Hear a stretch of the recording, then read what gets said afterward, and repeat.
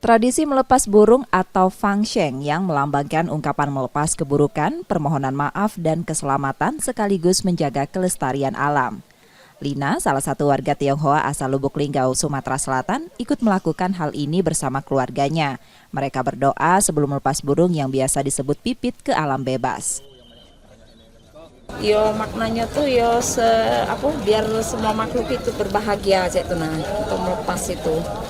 Itu memang tradisi saya. Tradisi Buddhis kalau melepas makhluk itu. Oke. Banyak ini juga sih, banyak manfaatnya juga kalau kita melepas makhluk itu kan. Tradisi ini dimanfaatkan pedagang burung yang menjual burung di sekitar halaman kelenteng. Salah satunya Rusmawi, warga Jejawi, Ogan Kombring Ilir yang menjajakan burung dagangannya.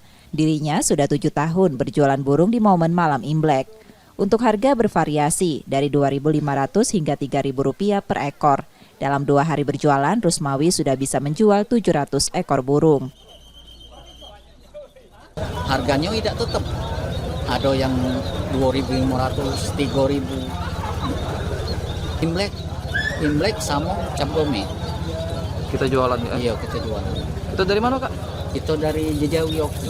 Jejawi Oki. Ngajak ke sini, Kak? Iya. Akan sampai kapan nih, Kak? Ini sampai besok.